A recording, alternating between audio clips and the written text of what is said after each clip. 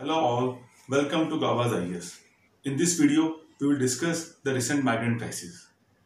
Friends, when we see the images in the social media, we read about the migrants in the newspapers, and we hear their stories in the TV channels or news channels.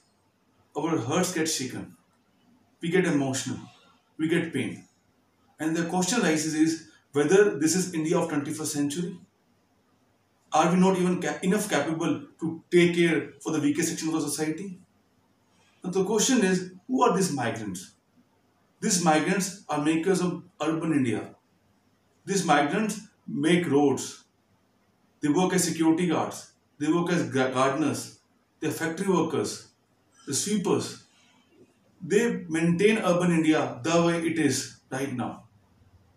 And when the time comes when they need us the most, we are the one who least concerned about them. And the most biggest culprit in this case is the state and the administration. I don't believe when we are making a policy for lockdown, we even thought about this migrant workers or not. Our policy makers have all the resources, all the data, all the information. I don't know why they didn't care about them. So friends, in the coming slides, I will discuss the issues which have been impacting the migrant workers.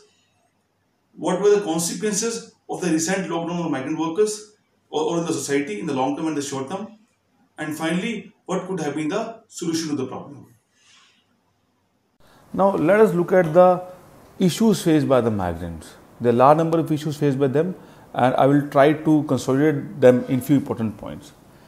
As we all know, these migrant laborers earn very less income, and whatever income they earn either is spent, most of it spent in the same day, and part of that is being sent to their families.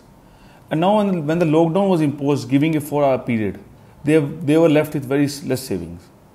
Even in some cases, laborers have certain dues pending with the factory owners, and when they call the factory owners, they completely denied about that. And few of them even asked from their owners for help. Either the owners did not pick up their phone or ignored their calls or switched off their phones. So they faced large number of conditions. But they were for few days able to sustain themselves in the particular place where they were staying. After their savings were exhausted and the landowner was asking for the rent, which they were not able to pay after a period.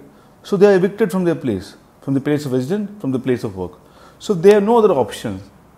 The only option they have is to move back to their place or their homes, either in villages or some towns. But the public transport was almost stopped, not almost, fully stopped. So they have only one option, either to walk or to cycle or either to look for certain lift from certain trolleys or trucks, which at times charge huge amount of money from them. So majority of them started walking to their place. But some of them were never able to reach their homes. They died on the road. And the treatment meted to them was very inhuman. Hundreds of people were in the trucks, like animals put in the trucks. And they have no food to eat. One girl did not eat food for 2 days. And she travelled from Gurgaon to Bihar. And even if they were able to reach their homes or villages, they faced social stigma because the village did not openly accept them. As the villagers thought, they might carry the COVID-19 from urban centers to villages. And why all this happened? This happened because of discriminatory treatment by the state. State did not give proper importance to migrant laborers. The people who have the passports, for them we have the Vande Mataram mission, and they are being brought from different countries to back to our India. But no proper consideration for these laborers. Why? Because they have ration cards. They have no voice. They have votes, but their votes are very differentiated. And even when they are walking back to their homes, police mistreated with them. They did violence. They beat them, and they sent back they sent back these migrant laborers. And in one case, when over the flyover, when they are traveling back to their homes, they saw the police. 2 workers, so much feared because of police, they jumped from the flyover and they died on the spot. This is the condition faced by our migrant laborers. If this is not discrimination, what we should call it? And why all this happened again? because of absence of clear strategy. If people like you and me can think about them, why not our policy makers? They have everything with them, resources, data, and every manpower they can arrange for them. But there was a confusion from the day one. Either the state was not clear whether to keep this migrant laborers at their place right now or whether to move them to their homes. Because of this confusion, it created the problem, a huge problem. If the state wanted them to stay, state would have made proper arrangement for their residence, for their food and for the basic necessities. If state wanted to send them back to their homes, state should have given sufficient public transport to them.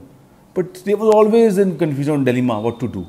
And in one case, Karnataka state forced migrant laborers not to move to their cities or to their villages. Why? Because they thought factories are starting from where we will get the labor. It is a forced labor by the state which was being conducted in case of Karnataka. So this is the condition. Let us understand what are the consequences of this crisis. It will impact the society and economy in a long way and in long term as well. So first thing is trust deficit. The society, the family, the relationship, the economy, the government, everything is dependent on trust. There is a trust between state and the citizens. There is a trust between the employer and the employee.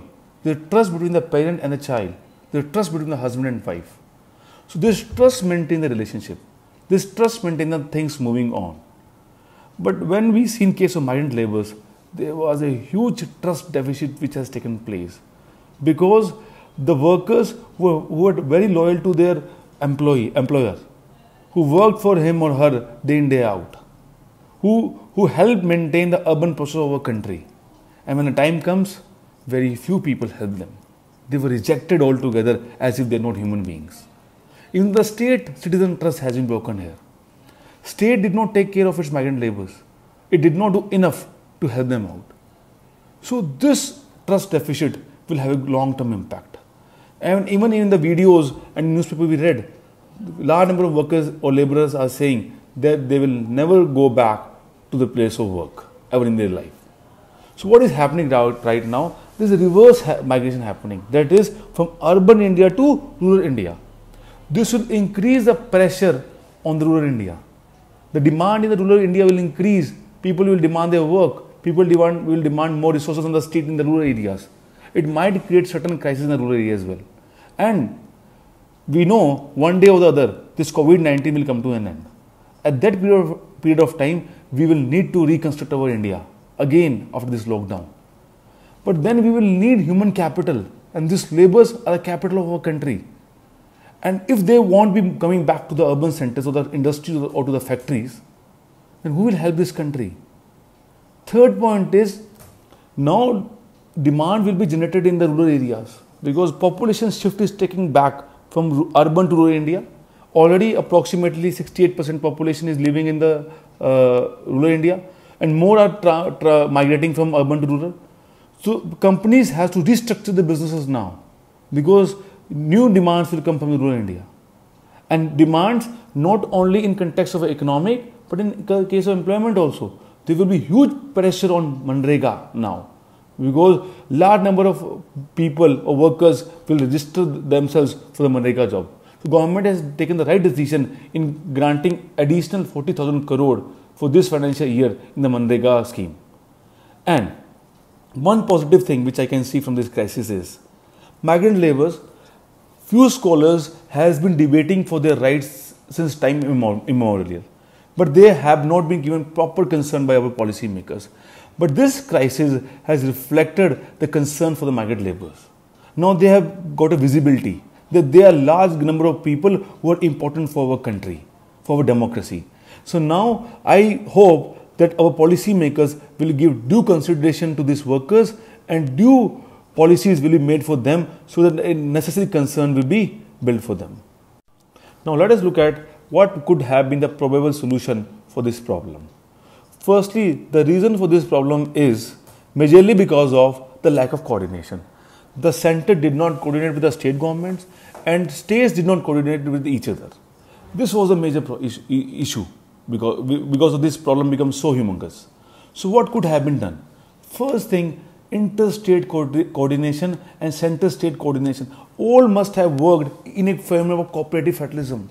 as this is not problem of one state, one person, one leader. This is a national problem. This is a societal problem. So let us come together and solve this problem. But did not happen. Even if we do it right now, I think majority of the crisis or damage that has been done might be rectified. Secondly, we must have a migrant policy at national level. The day lockdown was imposed, our policy makers must have thought and made a policy at national level to address the problem of migrant crisis. How we are going to deal with that? How we are going to make them stay at their place right now? We need them. This nation needs them. This economy needs them. But how we ask them to stay? What could have been done by the state? What income could have been given by the state? How the problem of rent could have been solved? How food security could have been ensured? Nothing was thought about. This should have been done. Thirdly, temporary ration card. Economists like Raghuram Rajan, Kaushik Basu are day in day out saying, please issue temporary ration card and universalize the PDS system. You have millions of tons in the godowns. You give them to the people or citizens of this country. They need them the most. And the best solution is temporary ration card, because you get a benefit of PDS through a ration card. And ration card is given on the basis of residence of your stay. So majority of migrant laborers did not get the benefit of PDS. So they asked, please give temporary ration card. State started giving it, but after a long period of delay. Thirdly, Manrega expansion. That is happening now. Because of reverse migration, we will see a huge amount of population now shifting to villages. So the pressure on agriculture land will increase. The rural income might decrease in the near future. So we need additional income, additional employment to be created in the rural areas. And the best source of that is MG Narega. Thirdly, friends, what could have been the best solution is direct payment to all the migrant laborers. European countries, when they impose lockdown, they give universal income to every single citizen of their country, of their respective country. So this could have been at least in case of migrant laborers. Give them some income so that till the period of lockdown is there, they can sustain themselves. They can fulfill their basic necessities. If this could have been done, I think we could have managed this migrant crisis in a very effective manner. But I hope whatever done has been done. But at least right now we should act in a proper manner. Now we should do all the necessary steps to address the crisis. And I think this could be the lesson for our country to address any big problem which we might oversee in the future, that we should take care of the weaker sections of society. And we should now build a society in more equal and egalitarian terms. Thank you so much.